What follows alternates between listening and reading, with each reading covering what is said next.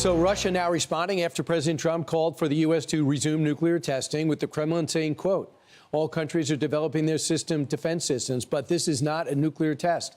If someone abandons the moratorium, Russia will act accordingly. Joining us now is retired four-star general, Fox News senior strategic analyst, chairman of the Institute of the Study for War, General Jack Keane. General, what's your reaction to the president saying what he said, be the first time since '92 we test, and Russia's response?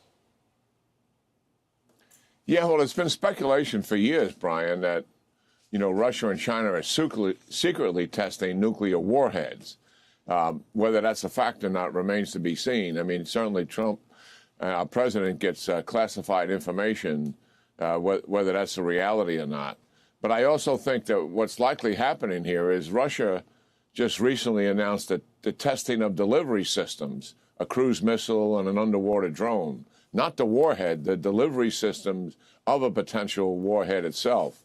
And the president may be reacting to something like that. Listen, where the president is on nuclear warheads and nuclear weapons is he wants to see a de-escalation of it. He wants to see a reduction of it. He's not looking for any escalation of this whatsoever.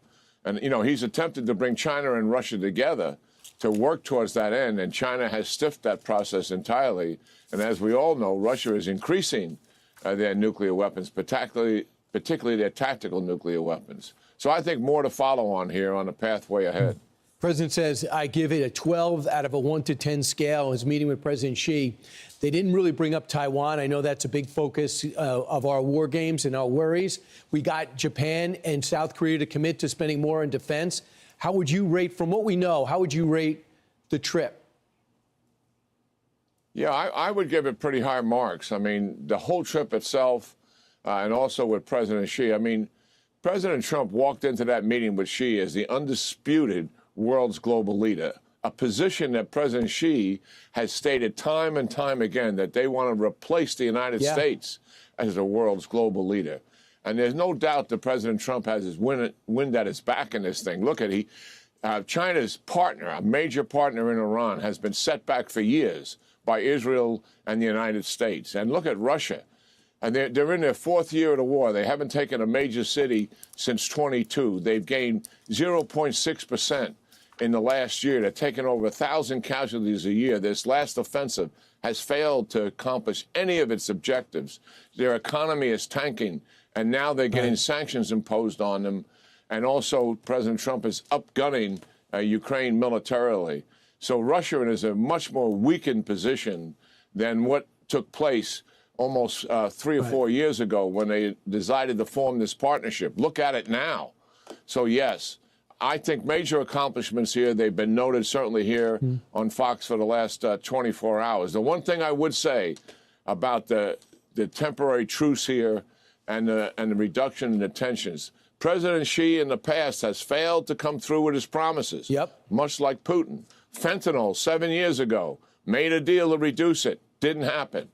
A number of years ago in the first Trump negotiation with him, he agreed to purchase American products to the tune of $500 billion. He came up short, $211 billion. He's made more promises here with fentanyl, made more promises with purchasing and the like. We have to see if he keeps his promises. And certainly the Trump administration is very much aware of the shortcomings coming out of the last deal. And, General, remember, last time that was signed in 2019, the president's term's up in 2020. This time, if you're going to screw us, we got 3.5 years to deal with you differently. Also, China's supporting the Iranian missile program. They're sending some of the materials there so Iran can rebuild. We could easily clamp down on that. We've spotted it. The Wall Street Journal has a story I'd love for you to comment on, and that is the president's looking at military sites in Venezuela. They blew up another one of the drug boats yesterday. How serious do you think the president is on this, or is this to rattle Maduro's cage so he goes for a smooth exit? Well, I don't think we know that answer, but clearly bringing an aircraft carrier into this is clearly a demonstration of force. I've always said, as an Army guy, the symbol of American military superiority is an aircraft carrier. If you had to pick one thing, that is it. And we're bringing that there. Obviously, it has fighters on board that can do damage on land to Maduro's drug labs and other things that are supporting the narco trafficking that he's doing. And, you know, narco trafficking and his government have become one and the same because he's taking the revenue from it. That's unprecedented throughout Latin America in the collusion that's taken place there. And that's why the pressure is.